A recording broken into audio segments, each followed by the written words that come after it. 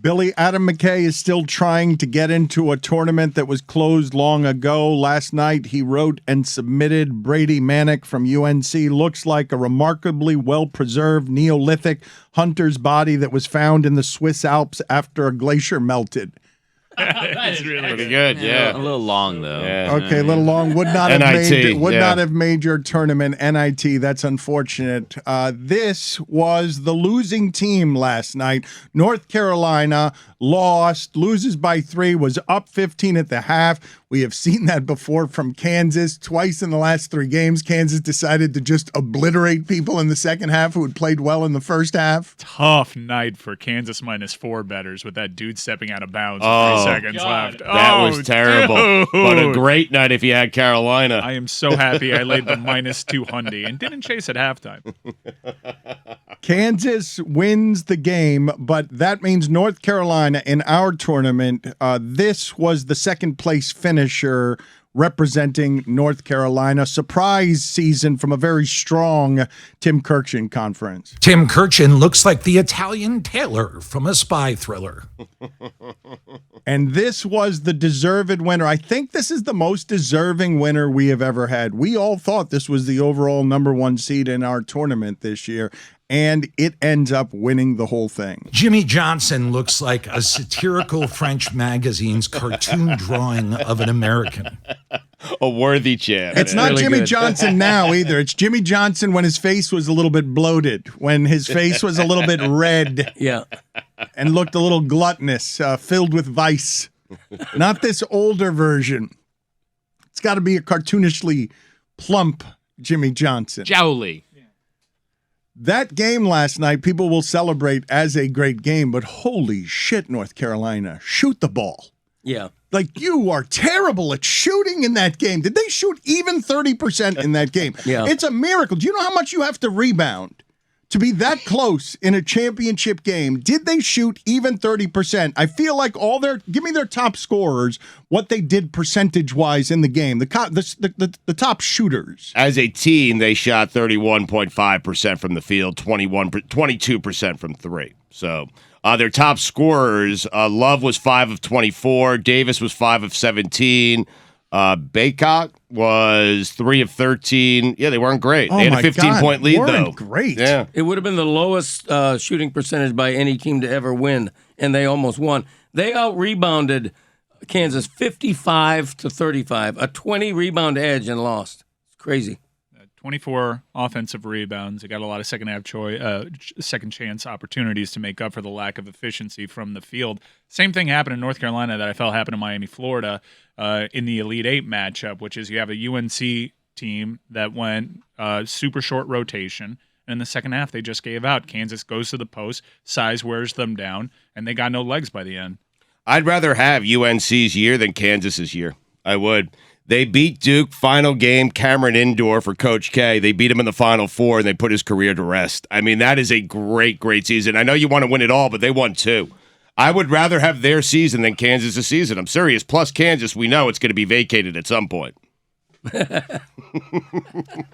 He will not give Bill Self credit. No. However Stugotz gets at the angle where he gets to not be wrong by still figuring out how he just did it twice to Bill Self. This is crowning achievement, Bill Self. Congratulations. Stugotz has been chasing you with a tiny pitchfork for many, many years. Bill Self, you're not real. You're not any good. You're a fraud. And then he takes it away the next day right after you've won it by saying the other team won 2 of those. And also, yours is going to be vacated. It's amazing.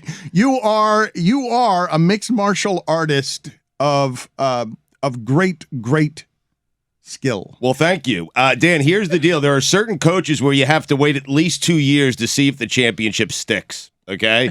And Bill Self is one of those coaches. John Calipari is another. Rick Pitino is another. You wait 2 years before you give him the actual title. But I'm just marveling. I really am. Maybe 3. At you. How many years do you think you've been criticizing Bill Self? Like, how many has it been? Since he won the first one. I mean, win a second. And he did. And he's the only coach in Kansas history to win 2. Well, yeah, and as I was reminded last week, the school that invented, they've got the Naismith's basket around there somewhere. The school that invented basketball. Peach basket? But I just want, as the rules of basketball printed on their uniform. As Skip Bayless makes great money just being the modern version of what Cosell was to Ali to LeBron, Bill Self has his own version. And Chris Paul has, it's all the same guy. Chris Paul has it too, Kevin Durant. But he just won. He just won with a monster second half coming back because you were ready at halftime to come in here today and rip Bill Self again for being someone who cannot win big games. I sure was. And you will not give it to him even as he just did it. You won't even let it be 12 hours fresh before you're criticizing it. The other team that lost last night won 2 games that were bigger. That's all I'm saying. That's where That's not all you're saying. You're also saying that the title's going to be vacated. If that's all you were saying, I would tend to agree with you because I do think that UNC played what is arguably one of the more memorable college basketball games ever. When people think back on this tournament, they're probably going to think Duke UNC in the Final Four. That's the one that's going to live on forever. And that's nuts because Kansas just had the largest comeback. They were down 16 in NCAA men's final history. I felt good for Kansas. It felt like justice to a certain degree, and here's why. In 2020, when March Madness was completely canceled by the pandemic, Kansas had an even better team. They would have been the overall number 1 seed. They would have been a big favorite in the tournament that never happened. So 2 years later, it happened, and good for them. And North Carolina, they were the Atlantic Choke Conference last night. They just played so badly in terms of putting the ball through the hoop that they did not deserve to win. And I don't care if they had won on a fluke late, they did not deserve to win that game. The Atlantic Choke Conference. Did you work that one in on the way in to work today? Did you fire that one up? Yeah. The ACC, the Atlantic Choke Conference. Yeah, I was pretty happy with that. Yeah. It almost rhymes. Not quite, but almost. It doesn't. That sort of does. Almost. Begins with a C. It's close. ACC. Atlantic Choke Conference. Choke Coast. It's close. Yeah. See? One syllable. Begins with a C. In the ballpark. Done. Yep. I want to examine for a second because Stugotz is a version of this sports media creature that will only criticize and will not give due, will not give credit. Carolina had a great year. Yes, you did. Only to disparage Bill Self. Hey. And I do think this happens all the time in sports media, where guys make arguments or women make arguments, although it's mostly the exclusive domain of guys, to just support why they were right or why they couldn't have been wrong. Just find the way. This team betrayed me or made me look wrong, and therefore I'm going to rip them as chokers. It's not that I was wrong. That's what part of the interruption has become. It's that they were chokers, and it's what argument television has become. And I love, Stugotz, the idea of us being professional critics that never allow anybody in sports to celebrate much of anything, because when these people do all their us against the world stuff, like he's looking at you. When Bill Self feels like an underdog who has been hated, he's looking at all, like Bill Self has been very good at what he's done for a long time. Yeah, he's been okay. Why do you have him looking at me? Like, what did I do? Bill Self has the best recruiting classes every single year. He paid for most of them. And he has the best recruiting classes every single year. And he's won 2 national championships. 2. Okay? He's had Paul Pierce. He's had some of the all-time greats in college basketball. And he's won exactly 2 championships. Okay, you're going to keep doing this. But what I'd like to show the audience is it's not just you. It is the way that humanity reveals itself in a whole lot of people, and it's going to bring me to Magic Johnson in a second, what he did yesterday on First Take. Bill Self did not have Paul Pierce. He hasn't been the Kansas coach that long. I don't know. Check it out. I don't need to. Check it out. 95 to 98, Paul Pierce. Yeah. When do you think Bill Self took over Was that Kansas? still Bill Roy Self took Williams? over for Roy Williams this century. Really? Yeah. You sure about that? Dude, don't stop asking. Just apologize. Yeah, I'm not so Mom. certain. He says, check it out, look it up. Okay, but this is the argument. look it This, up. You need to look it up. this is what I'm dealing with on Tuesdays. The look it up. cougher and the guy who tells everybody to look things up when he's just making things up because he wants to find the ways to criticize Bill Self. We're going to wait around for you to do this? Well, I'm looking it up. I mean, someone's got to look it up. I see him as an Research. assistant in '85. He played. He played for Roy Williams at Kansas. Oh, he Bill played Self there. took over in 2003. Yeah, but he was an assistant in '85. So 3. So 8 years after. Roy should have won more there. I mean, yeah.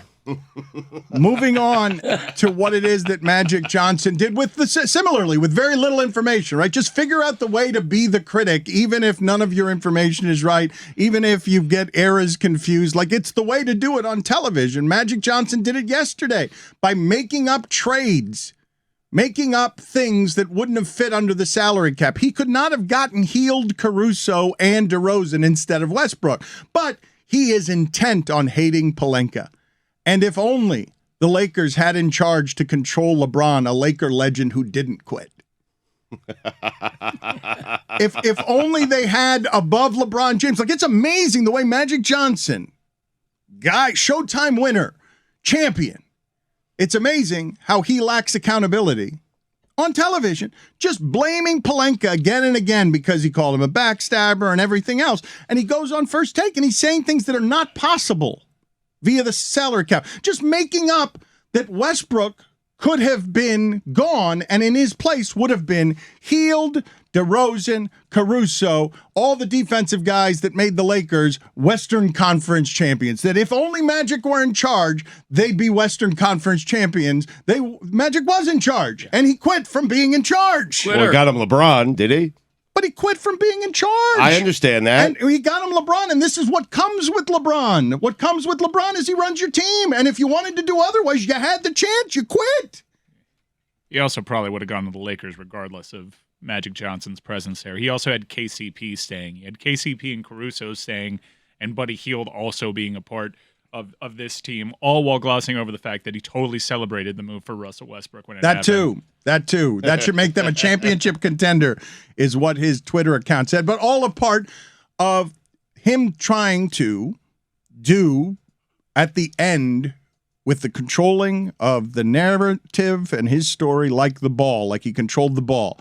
He's got something coming up on Apple TV, and he wants you to watch that instead of Winning Time, which, glorifies his sex and is a comedy and isn't a documentary. But he's not endorsing Winning Time. He's endorsing the project he's in charge of, the project that he will spin with truths like the one he was trying to tell on First Take, which was not a truth, which ignores you were in charge of all of that. You gave up the position, and now you're going on television to promote your Apple thing by saying the things that make Pelinka look like an idiot, even though he's doing the job that you quit because you quit it. Now, you say you quit it because of him, but you had the power to do all of that. If you're going to go on television and do the things that smear Westbrook, smear your organization, smear Jeannie Buss, who you say you love, smear Pelinka, if you're going to go on television, can you at least get your facts straight? Why isn't First Take calling him out on that? I blame First Take more than I blame Stephen Magic. A. Smith got fooled by Ballsack Sports. What kind of idiot does that happen to?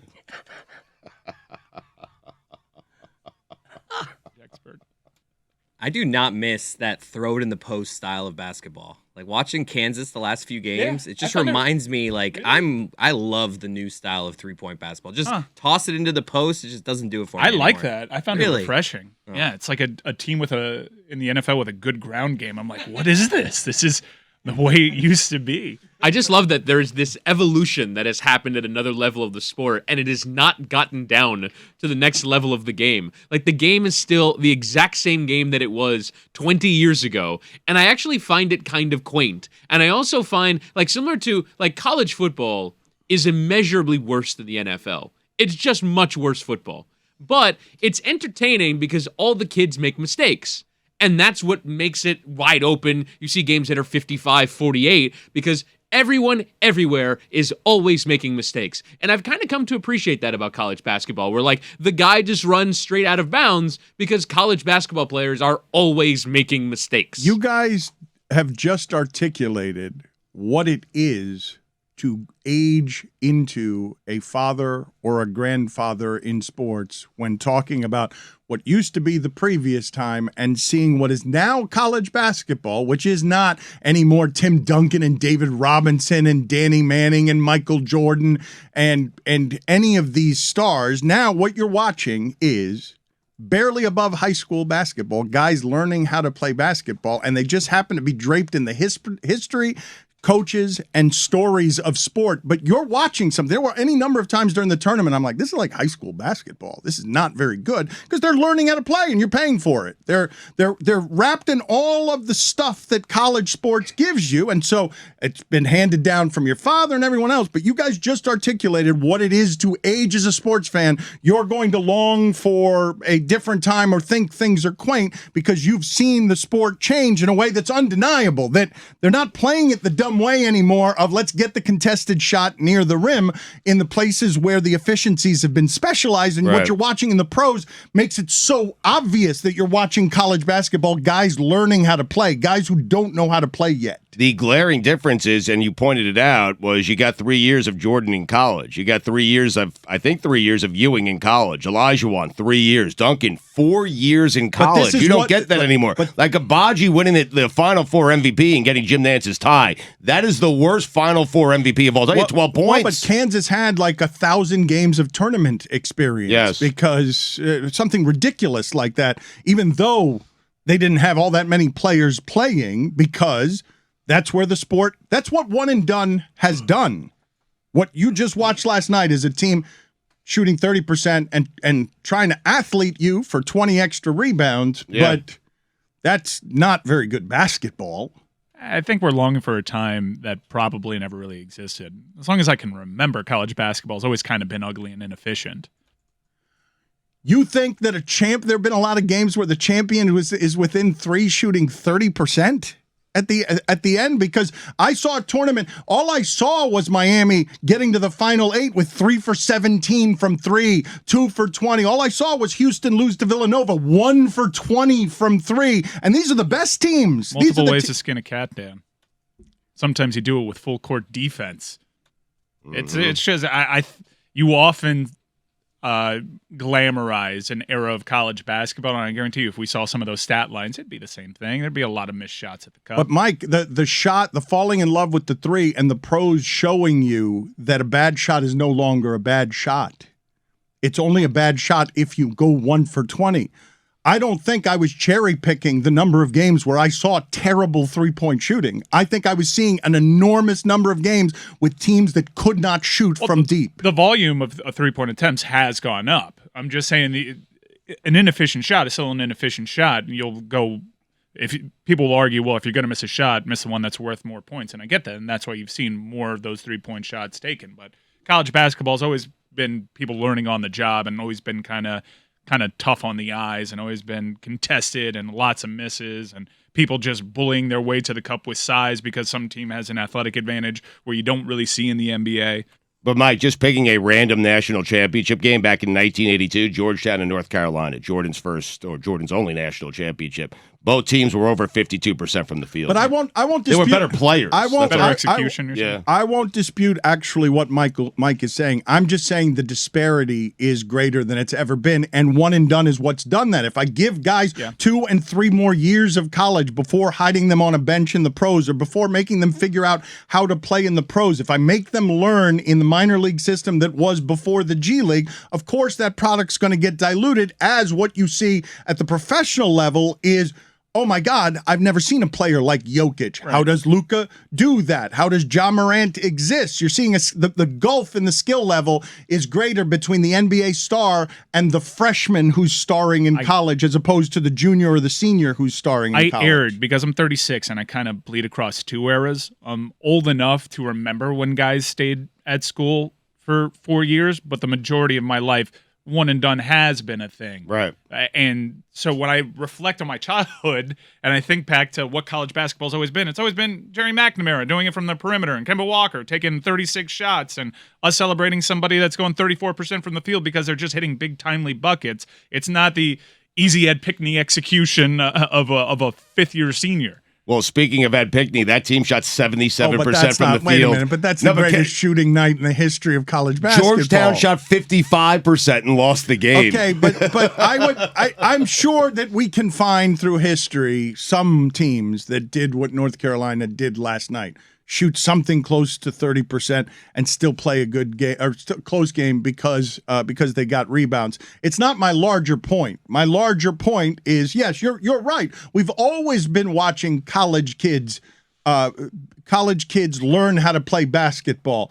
But I do believe that you thought once upon a time, if that college kid was a senior or a junior, was going to give up a year, that you knew that person was going to immediately come to the pros and star. And now what you're seeing, it takes Reddish 3 years, and he's got to learn, and Barrett 3 years. They've got to learn in the pros. They're not doing that learning in college anymore because they're going to college for a year. I think the best example of a national championship where someone played that poorly and still had a chance to win was probably Butler, their first go-around. Everyone remembers the Gordon Hayward miss at the buzzer that almost went in from half court, but they shot 34% in that game. But I think the biggest thing that's probably changed is that at the very least, college basketball used to bear a tangential relationship to the pro game and the in and out style. And now college basketball has persisted playing that way. And I think the learning that you're talking about is the game completely changes when you get to the NBA. I'm just surprised when I watch college basketball that more of those kind of 4-out spread concepts don't apply in college basketball. And you basically have to go to the pros and learn a completely different style. So they're not connected in any way. One of the things I liked about Miami's run to the Elite Eight was that in the one-and-done era, they were a reminder that it can still be done the old school way, literally the old school way. They were one of the oldest teams in the NCAA. They had 3 sixth-year seniors. But that's why they were able to do it. They had a bunch of guys who've been playing basketball for 24 years. That's right. Exactly. But that's my point. They've been in the system. They've been in the pipeline. But Gussie was in Jason Tatum's recruiting class. That's right. Those were not college kids. Those were my peers. They were. Tatum's in his 6th season. They're all older than Austin Hooper. They are. All taking contested twos from a foot inside the line. Loved watching McGussie Oh play. my no, that was great. That was infuriating. When it's going in and you got somebody draped all over you, that is playoff basketball. The difference between Jason Tatum and Cam McGusty is that Cam McGusty takes his shots from a foot inside the three-point line. Are you arguing that there's a difference between Jason Tatum and Cam McGusty? I want you guys to tell me that there are teams throughout college basketball that harken back to the pioneering times of when Loyola Marymount or Pepperdine would spread you out. Pepperdine. They're just running down the court. They're like, we're going to go run and gun. We're going to just shoot. No, but I want you to tell me whether that exists, whether Nolan Richardson's 48 Minutes of Hell, where it is that I can find the Gunners. I hated that team. As I get older, I appreciate them because of what they represent, but God, they were good villains. It was such a good team. 40 Minutes of Hell. I mean, but why isn't everyone playing the way? Yes, forgive me. I made it 48 Minutes of Hell. That's a fine. It's a $1 for each minute. I think that's 2. Where are those teams out there that are just like run and gun, screw it, we're going to shoot, we're going to play the way Mike D'Antoni plays? Like, I feel like Loyola Marymount was 30 years ahead of everybody. They were ahead of D'Antoni. Like, we can't beat you with Paul Westphal, but we're going to continue. Paul Westphal. So great. We can't beat you, but we're going to just shoot threes from all over the place. Why aren't they playing like that, Mike? Why isn't one team out there saying, bleep it, I'm going to go get a bunch of shooters and all I'm going to do is bury you from downtown because I'm going to try to take 53s in a college game? I mean, there might be some of these teams on the West Coast Conference, but they're just running into a 27-year-old Cam McGussie. I am looking at Loyola Marymount's tournament run, the year they had that run with Bo Kimball, I think. They scored 111 points, 149 points, 101 points, and they actually won a game 62-60 somehow.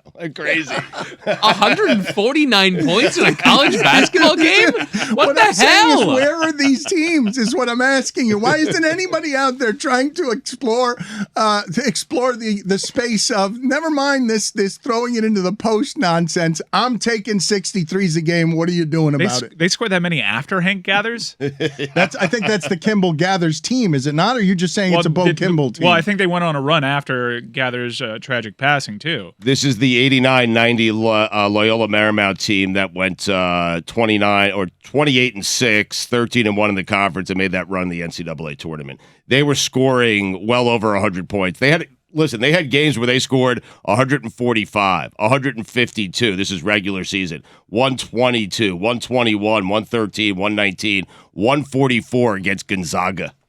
I wonder if any team in the history of basketball at any level, because I suspect some small high school somewhere has done it, took only 3-point shots.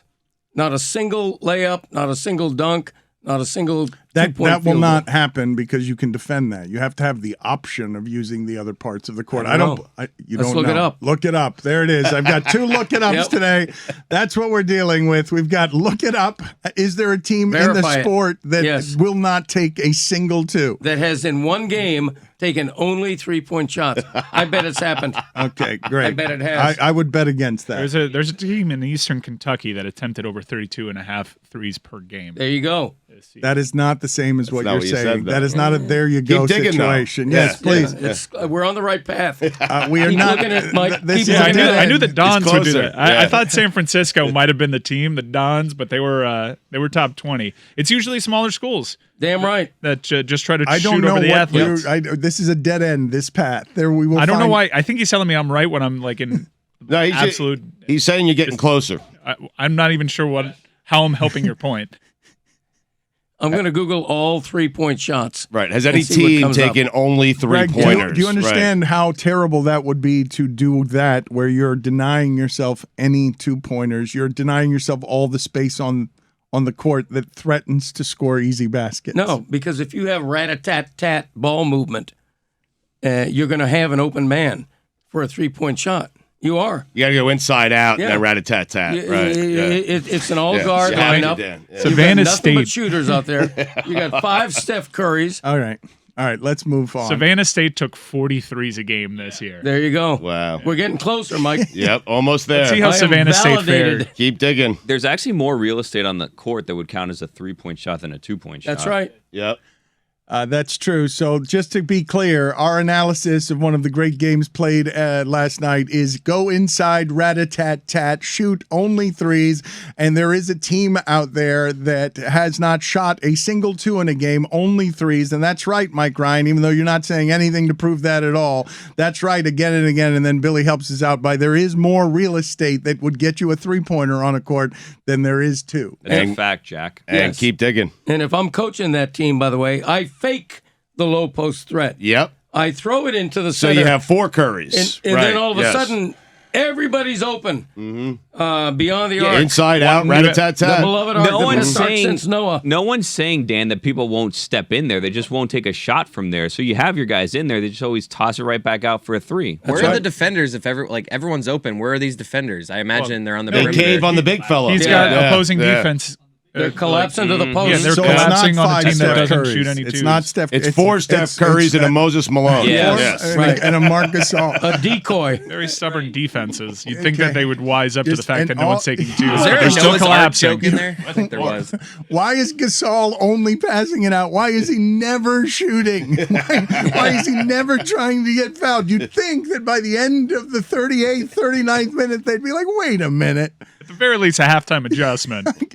Somebody would change their style of play. But Not Frank Haith. No, Not Bill Self. he fakes a dunk. Not Perry Clark. I thought that was somebody who wasn't on the list of Chris Whittingham, worst coaches in South Florida history. I can't believe He's that, upset. that Perry When he's Clark. upset. He who shall not be named. Do you guys think that we have ever had an NBA season that has been obsessed and covered the 10 and 11 seed more than all the other teams in the sport? Like, do you think that that's ever happened? It's a great idea. The before? play-in game is a great No, idea. But that's by the not what I'm league. asking you. I'm No, asking you no. if there's ever been a season where the Nets and the Lakers dominate the coverage of a season, even though between them, neither one of them is a single-digit seed. They're not. they're not legitimate playoff teams by the standard of measurement of what you think a playoff team should be. Well, the Lakers are 2 out. They're not a playoff team. Like, they're just not a playoff But team. they're not a playoff team because they're 15 games under 500 or whatever it is. Right. But with Brooklyn, they're 40-38. They are, in the play-in game right now. And I just think people think Durant and Kyrie, and they're right to think that Durant and Kyrie can make a serious run here in the postseason. It's very frustrating if you're supporting teams like Philadelphia, Boston, even Miami, because you're having incredible seasons and they're paying attention to a team that 2 years ago wouldn't have qualified for the playoffs. Kevin Durant is totally setting himself up to not win another title in your personal record book just because he's going to get in as a play-in, which was something that was just invented out of basically a pandemic. This is what I want to see from Kevin Durant, though. He has an opportunity to actually win a ring in my personal record book. Instead of if he gets in as something Ben Simmons is not playing. James Harden was traded away. It's Kevin Durant and Kyrie Irving, and basically no one else. This is what I've waited for. Kevin Durant basically no one else? Well, who else do they have? I mean, Curry and Drummond. Like they've got I don't like the play-in. The NBA has a problem enough as it is with stars sitting out games. For there to be even fewer consequences now for that, for Brooklyn to treat the regular season the way that they did, and still think breathe sighs of relief, understanding that their season is far from over because they might go in as a 10 seed. It's just, I find it frustrating and a bastardization of the game. There's a hot take. But also, I mean, like, there are more teams that are playing their best guys. Like, the not playing your best guys is teams who are out of the playoffs. So if you go 11 deep in the West and 10 deep in the East of guys who are playing their best guys, like, that is the outcome of having the play-in. That being said, you're basically having a regular season with no jeopardy at all. It further makes it so meaningless. But the thing I'm talking to you guys about is it so meaningless that we are having an unprecedented conversation about low seeds that usurp all the other coverage of the great teams? It's unprecedented. If I put together the coverage that you have received in basketball, because we're obsessed with storylines and star power, and because failure is more intoxicating than success, being able to laugh at somebody or question somebody, I've called the Nets the most interesting team in that sport.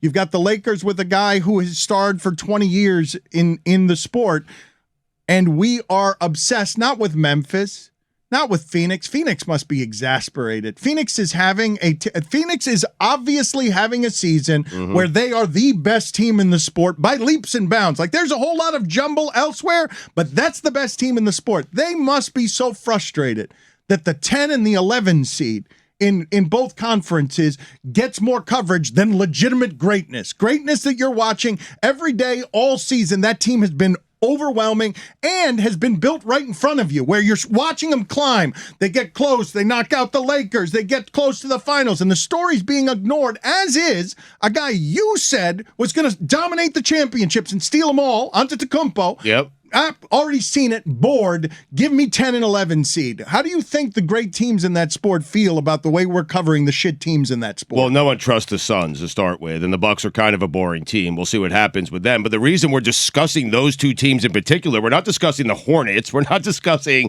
the Cavaliers, we're discussing those two teams because the game's two biggest stars, maybe three of the top 5 stars, are on those two teams. Kevin Durant, LeBron James, Kyrie Irving. I think it's justifiable and totally understandable. It's very compelling when Durant and LeBron are desperate. Yes. When they're failing, when they're struggling to make the playoffs, let alone make a run. It's compelling. It's more interesting to me than the teams jockeying for 3 and 4. But it's also because the regular season games aren't important enough to you, and neither is regular season excellence. It's one of the downsides of handing over the league from old stars to young stars. The young stars are still going to have to wait because we're not done burying the old stars yet. But the storyline the league would love is if Kevin Durant made a run through the NBA playoffs. They would love that. Or LeBron James. From a play-in spot to the Eastern Conference Finals or the NBA Finals, the league would love that. The NBA is usually good at generating their stars. They're trying to do this with Ja Morant by giving him primetime television opportunities, and I don't understand why they're not doing this with Devin Booker. The Chris Paul storyline, when he gets back and is chasing the title yet again during the playoffs. Monty Williams lost an NBA Coach of the Year despite one of the more tragic storylines, because we couldn't stop paying attention to the Knicks all of last season. I find NBA coverage very frustrating, and it taints everything. Look at the betting lines out east. The Nets right now are the second favored team in the Eastern Conference, according to DraftKings, behind crazy. Milwaukee, and those two teams might end up playing each other in the first round. I would be if I'm a fan in Memphis, if I'm a fan in Phoenix, if I'm a fan of, I can't say the Sixers because the Sixers have gotten plenty of coverage that they don't want, but if I'm a fan of Milwaukee or the Heat or Boston or Denver, I am so frustrated by the way this league has been covered all year, where I can't get my MVP candidate to be celebrated on television because it's easier to tear down yesterday's stars. Or I guess Kevin Durant and LeBron aren't yesterday's stars, but they are handing the league over now. You're watching the league being handed over. At some point here, it's going to be taken from them if it hasn't been already. Well, I think Giannis took it last year, didn't he? Well, but he hasn't taken the attention No, because you're right. Giannis is still great, and we don't cover him like he's one of the best players. We don't cover him You're right. like he's got the star power of LeBron and Durant. We don't cover Steph that way. Steph is plenty famous, but we don't cover him. He doesn't have the polarizing we need to feed the machine. We need. It can't just be. We can't do it. Like, we don't have the ability as a media to just, hell, you couldn't, Bill Self, you gave him 12 seconds before you took his title. You vacated it. Like, we don't have it in us to just. Bill Self did that to himself. We don't. Oh, no. Harsh. Terrible. Yeah. Unfair. I feel like you did it to Bill Self. How did Bill Self vacate his title this morning? Wasn't he wiretapped? Didn't he have, aren't people in prison because of some of the stuff that Bill Self did? Give me a break. And he's sitting there with a lifetime contract at Kansas? Please. You think Bill Self feels really weird every time he takes a selfie? I've thought about that a lot.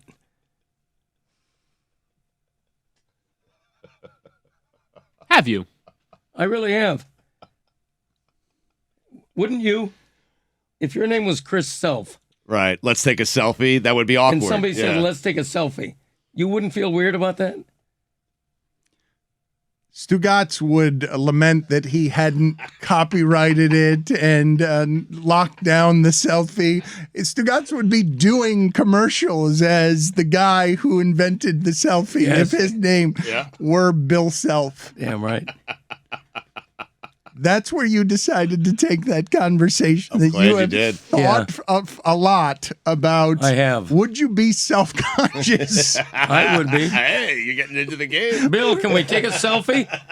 Yeah, it's just weird. Greg, can we take a Cody? Imagine if it was called a Cody instead of a selfie. You would love that. I would love it, but I would feel weird. Like, where's my royalties? Yep. That kind of thing.